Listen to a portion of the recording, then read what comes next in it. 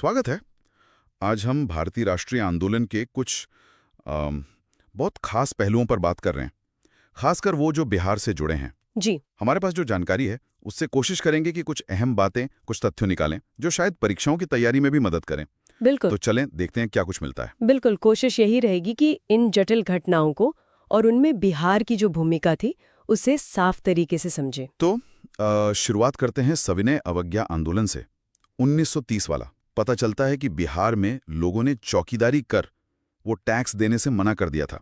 ये काफी अलग था क्योंकि वहां तो नमक बनाने के लिए समुद्र तट था ही नहीं। हाँ, और यही बिहार की अनोखी भागीदारी दिखाता है। जब गांधी जी ने दांडी में नमक कानून तोड़ा तो बिहार के लोगों ने अपना तरीका निकाला। चौकीदारी कर, जो कि 1907 से लग रहा था, उसका भुगतान न करना। अच्छा। ये सविनय अवज्ञा का ही एक स्थानीय रूप बन गया। और वैसे बिहार में नमक सत्याग्रह भी हुआ, प्रतीकात्मक तौर पर 15 अप्रैल 1930 को सारण और चंपारण में शुरू हुआ। और पटना का भी जिक्र आता है। हाँ, पटना में 16 अप्रैल को नखास पिंड नाम की जगह है, मंगल तालाब के पास। वहां बाकायदा नमक बनाकर कानून तोड़ा गया। मतलब राष्ट्रीय आह्वान को स्थानीय स्तर पर अपनाया गया। हाँ, रचनात्मक तरीका था ये। बिल्कुल। इसी दौर में एक और बड़ी चीज हो रही थी जो सामाजिक तौर पे बहुत अहम थी, पूना पैक्ट 1932 का। इसका ताल्लुक दलित वर्ग के राजनीतिक प्रतिनिधित्व से था, है ना? हाँ, सही पकड़ा आपने। हुआ ये कि ब्रिटिश प्रधानमंत्री थे रैमसे मैकडॉनल्ड। उन्होंने कम्युनल अवार्ड की घोषणा की। इसमें दलितों के लिए पृथक निर्वाचक मंडल का प्रावधान था। मतलब अलग वोटिंग सिस्टम। हाँ, कि दलितों के लिए अलग चुनाव क्षेत्र होंगे और वोटर भी सिर्फ दलित होंगे। गांधी जी ने इसे समाज को बांटने वाला कदम माना और वो उस समय यरवदा जेल में थे। वहीं उन्होंने आमरण अनशन शुरू कर दिया।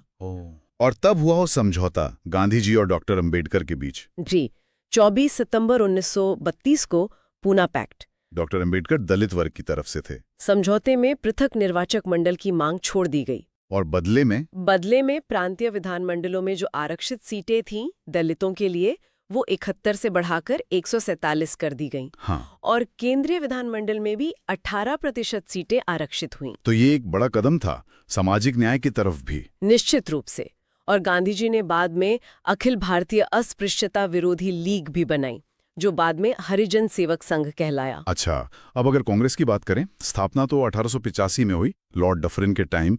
अब बिहार में इसकी गतिविधियां कब ज्यादा महत्वपूर्ण हुई? बिहार के नजरिए से देखें तो कांग्रेस का पहला अधिवेशन वहां 1912 में हुआ। पटना के बांकेपुर में RN मुधोलकर अध्यक्ष थे। ये एक तरह से बिहार के लिए राष्ट्रीय मंच पर आना था। और फिर एक और बड़ा अधिवेशन हुआ था गया में। हाँ, वो भी बहुत महत्वपूर्ण था। 1922 में गया में अध्यक्ष थे चित्तरंजन दास देशबंधु, और यहीं से वो स्वराज पार्टी वाली बात निकली थी ना। हाँ, स्वराज पार्टी। चाहिए कि क्रांतिकारी गतिविधियां भी चल रही थीं। 1913 में सचिंद्रनाथ सान्याल ने पटना में अनुशीलन समिति की एक शाखा खोली थी। अच्छा, अनुशीलन समिति, वो तो काफी सक्रिय थी बंगाल में। जी, और बिहार में भी उसकी मौजूदगी थी। इन बड़ी घटनाओं के अलावा कुछ और छोटी मगर दिलचस्प बातें भी हैं, जैसे वो बारदोली सत्याग्रह 1928 वाला और वल्लभ भाई पटेल को सरदार की उपाधि। हाँ, वो उपाधि उन्हें बारदोली की महिलाओं ने दी थी। उनका किसान आंदोलन बहुत सफल रहा था। बाद में गांधी जी ने इसे और लोकप्रिय बनाया। और बिहार से ही थे जयप्रकाश नारायण JP, लोकनायक। उनका जन्म भी तो सिताबदियारा में हुआ था ना, 1902 में। बिल्कुल, उनका वो नारा सिंहासन खाली करो कि जनता आती है। हाँ, वो तो आज भी याद किया जाता है। निश्चित ही। JP तो बाद के भारतीय लोकतंत्र का एक बड़ा नाम बने। कांग्रेस अधिवेशनों की मेजबानी और JP जैसे नेताओं का योगदान भी।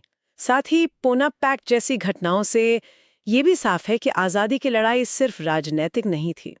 उसमें सामाजिक न्याय के सवाल भी बहुत गहरे जुड़े हुए थे। सही कहा।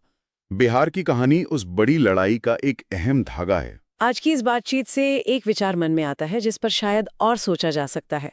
वो ये कि कोई भी बड़ा राष्ट्रीय आंदोलन कैसे सफल होता है। क्या उसमें अलग अलग क्षेत्रों के, अलग अलग समुदायों के अपनी जो खास पहल होती है, जो स्थानीय मुद्दे होते हैं, उनका जुड़ना कितना जरूरी होता है। सोचने वाली बात है। शायद इन्हीं छोटी धाराओं से मिलकर ही तो बड़ी नदी बनती है।